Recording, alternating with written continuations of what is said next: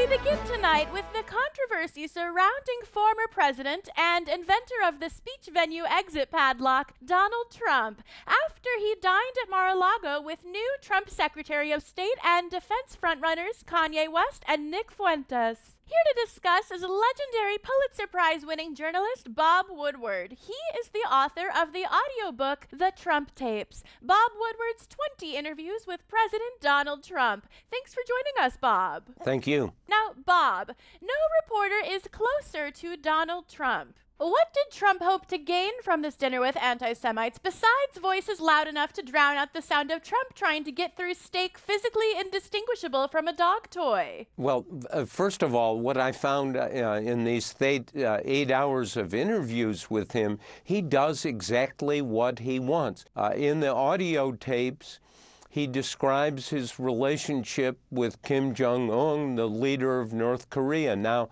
there's no worse thuggish leader on the globe than Kim Jong-un.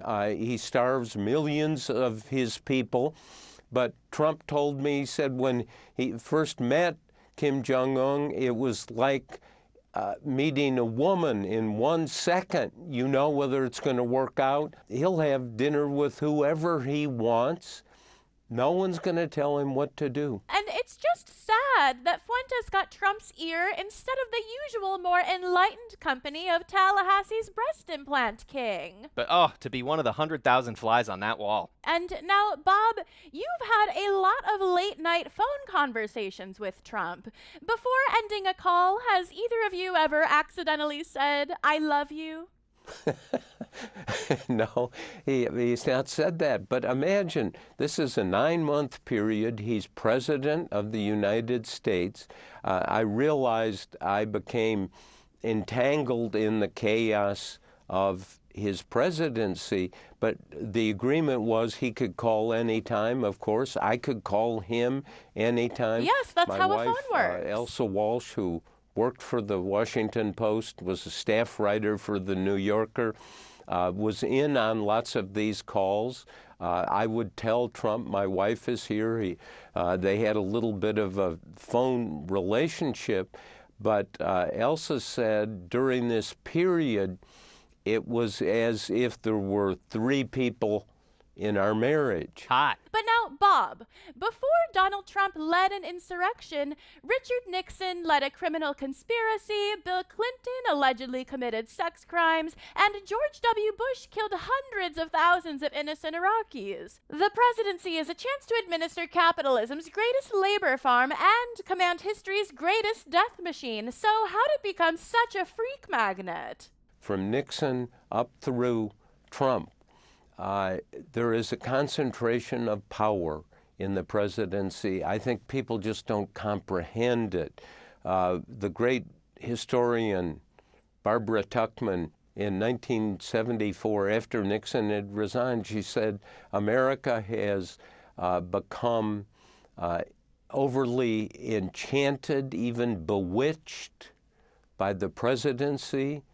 The media's become bewitched by it.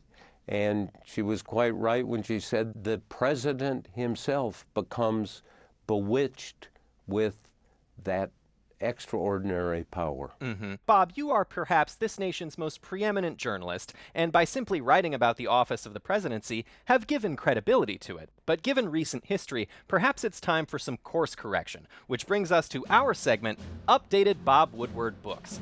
Now, we'll throw out some new titles for your books about presidents past, and you tell us if these provide a fuller picture of their time in office. Ready? Ready. And away we go. First up, for Trump, how about a book entitled Trump's Judgment?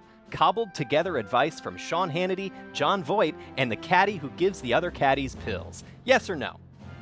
Yes. Okay, now for Obama, how about Rebuke, the inside story of Obama's momentous Wall Street light wrist slap? Yes or no, Bob? I'd say no to that one. Okay. Well, for Bill Clinton, we're thinking Clinton's Rise, how the highest office in the land came to be occupied by the grossest human in history.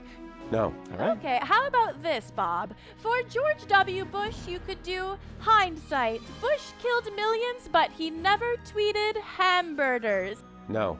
Now, you haven't written one yet for Joe Biden, but may we humbly suggest the title Biden Year 1, 365 Days and 365 Calls to Long-Deceased Colleagues. Maybe. All right, we got a maybe. Ooh. And that's how you play updated Bob Woodward books.